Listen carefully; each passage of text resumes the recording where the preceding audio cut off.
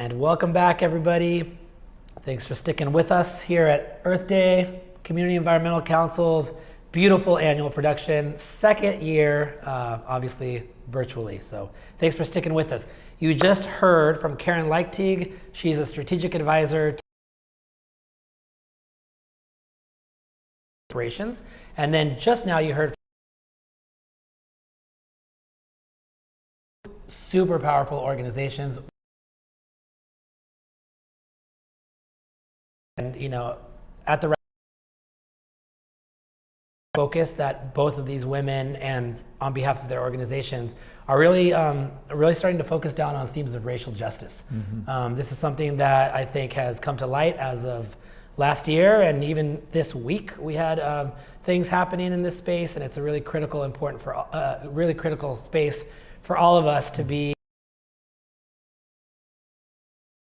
in our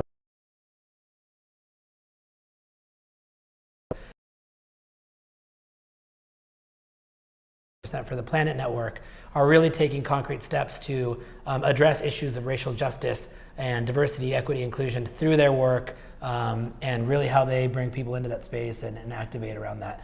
So I mean, that was kind of like, for me, really a powerful piece. Obviously, there's a bunch of other things.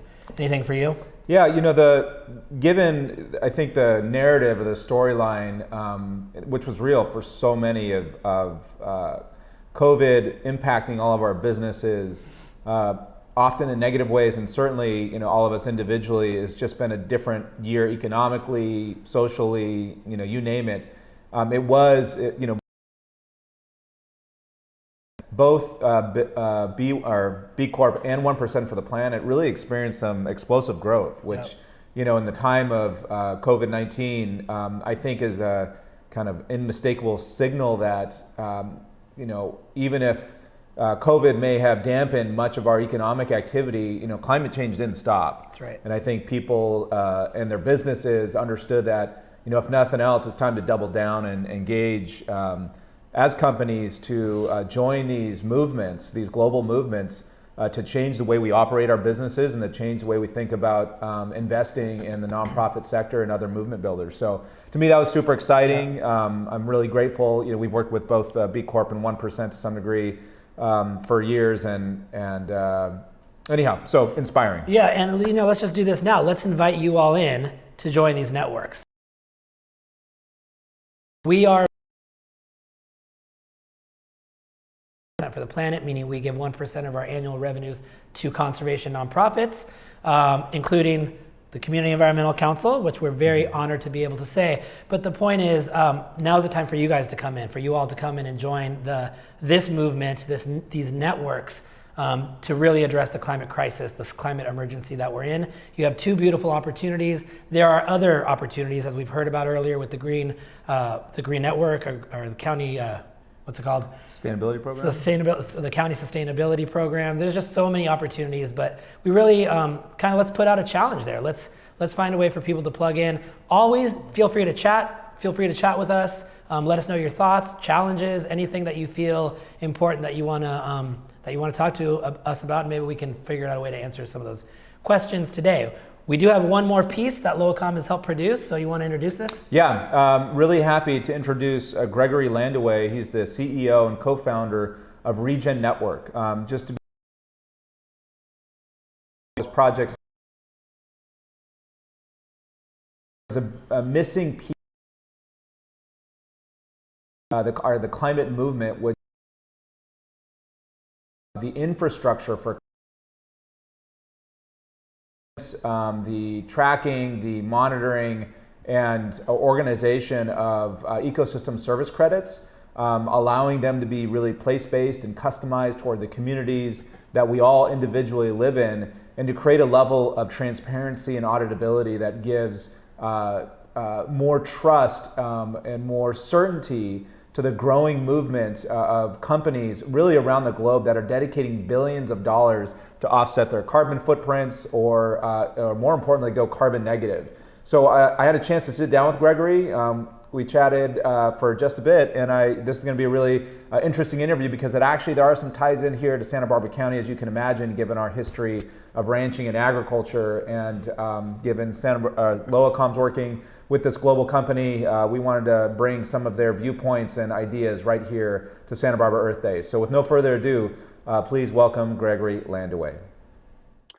Well, welcome everybody to Santa Barbara Earth Day. Really happy to have all of you here. I have the honor of interviewing Gregory Landua, the co-founder and CEO of Regen Network. He's an old friend of mine. We've been working together for a number of years on this incredibly ambitious project.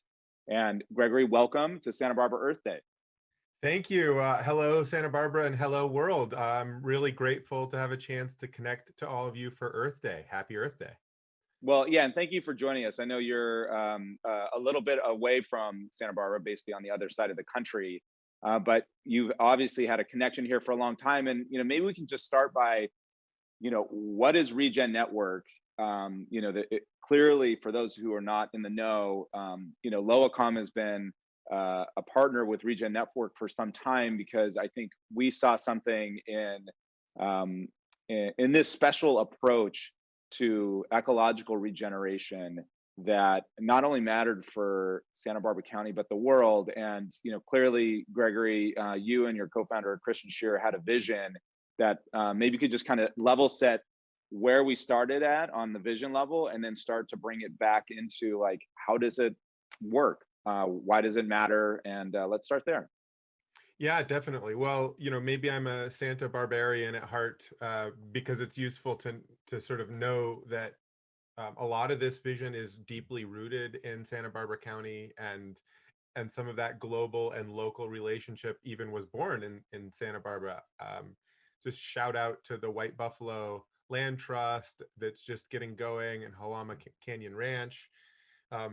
Several of the foundational moments of just vision and inspiration did come to us in that beautiful bioregion by the Pacific Ocean there. So we do have some roots in the community. And I mean, really, what we're aiming to do is create a public ecological accounting system. And why is it important for the way that we go about accounting for the value of living systems to be public and accessible? Well, it's because that is the most effective way to align all of the different stakeholders who need to be caring for the earth and who currently have incentives that may lead them to make short-term decisions to extract just a little bit more value or to farm in a particular way that erodes or degrades the soil. Really all of the different stakeholders need a public or common approach that allows us to work together for ecological health and work together to address climate change. So Regen Network is really focused on natural climate solutions and particularly on agriculture and land use as really what we believe to be the most important of many important actions that we as a society need to take. So what do I mean by that? Well, just by the numbers, agriculture is over 30% of greenhouse gas emissions.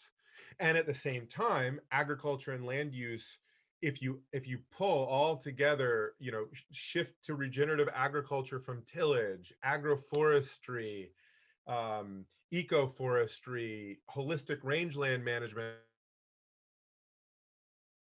our working landscapes, it actually becomes one of the #1 carbon sequestration options available to us. So it's both currently one of our biggest challenges, and it gives us one of the most compelling opportunities with the most co-benefits and the most systemic transformation. So Regen Network, while having this global focus of a public ecological accounting system, is also very deeply local. And we work with people like White Buffalo Land Trust to bring Carbon Plus credits, which is our holistic approach to creating carbon accounting and rigorous, scientifically precise claims about how much carbon is being sequestered or stored, in this case in soil, through grasslands through rangeland management, to the marketplace, so that municipalities or corporations or governments have the option to invest in carbon sequestration outcomes that also have co-benefits, like beautiful landscapes, cleaning water, preserving biodiversity. So we get all of that social and ecological benefit through the lens of a carbon accounting product. So for Santa Barbara County, obviously we have a really rich heritage of ranching and agriculture that goes back obviously well before, if you will, the settlers here in town and the missionaries. It's a bountiful land, and has been from the Chumash all the way to today. So how does something like Regen Network, which is clearly a global organization, how do we localize where somebody like White Buffalo Land Trust, or even a consortium of farmers, or the Gaviota Coast, which is dotted with land of various landowners, all of whom who are I think they would tell you to a T, like, we want to manage our land in the best way possible. We're not rewarded for that necessarily, particularly for ecological value. How can they connect with local companies or organizations and institutions that have a similar goal but haven't had the connective tissue to make that happen? Yeah, well, that is exactly what we aim to be able to facilitate at Regen Network. So, Santa Barbara County is pretty progressive. You all probably have some climate goals, and are probably some of the heroes that even when the rest of the United States was thinking about pulling out of the Paris agreements, I imagine both the business leaders and the city leaders were pretty firmly in. So looking at those climate goals, you can easily assess, in order to reach, say, net zero or carbon negativity by 2050, or even 2030, if you want to be more aggressive about it, what role does your landscape play? What is the current carbon reality of your soils and your forests and the watersheds there on the coast in Santa Barbara County? How can you learn from leaders like Halama Canyon Ranch and other experimental farms that have been dotting? Santa Barbara County's been a hotbed for regenerative agriculture, so there's a lot of inspiration. How can you expand those outcomes and actions and make them available? How can you incentivize them? So one answer to that is by using existing, for instance, the Carbon Plus grasslands credit, which monitors and measures soil carbon outcomes and issues carbon credits that could be purchased, for instance, from the municipality directly in order to meet carbon goals, or could be purchased from the Chamber of Commerce or business associations, or directly from businesses, in order to have carbon outcomes that are linked to the health and well-being of your very community, right? So that's one concrete way. Another way, which is more forward-looking, so that's something that's available essentially now. We are also working to build an open source set of tools so that stakeholders can build agreements that fit your context and your place. So maybe the municipality would like to unroll a tax abatement program for land stewards who have regenerative outcomes like carbon sequestration. Maybe city leaders want to, maybe there wants to be a local currency that people can use at the farmer's market that you get issued for climate action. There's all of these really creative ways that we can link scientifically rigorous measurement of ecological health with value exchange. And that's what we're really passionate about at Regen Network, is bringing together the state of the art in tools and making it possible for communities to make their climate commitments, to track their success at achieving those climate commitments, and distribute incentives needed to reward people who are taking those actions. And as I've been noting, we have sort of this go-to-market strategy, and we have our Carbon Plus Grasslands credit, which has already been had its first set of vintages issued. in a similar climactic zone in Australia, actually, and Microsoft purchased all those vintages sort of hot off the press. And now we're starting to work again with folks right there in Santa Barbara County to unfurl that program. But I do want to note, we're really excited about open, collaborative, dynamic, community-oriented approaches to this. So A, there's something off the shelf to engage with that I think is probably pretty well suited. And B, we would certainly be very open to communicating and engaging with design about what is really going to work for Santa Barbara County, for the business leaders who make up the enterprise ecosystem there in Santa Barbara County in order to meet your climate goals right there, sourced from your bioregion. That's super exciting. Yeah, I mean, I think from what I can, being part of this community for so long, and frankly, being part of the really pitched environmental battles with landowners about policy and one size fits all ways of either compelling or obligating stewardship, frankly, it was dispiriting for quite some time.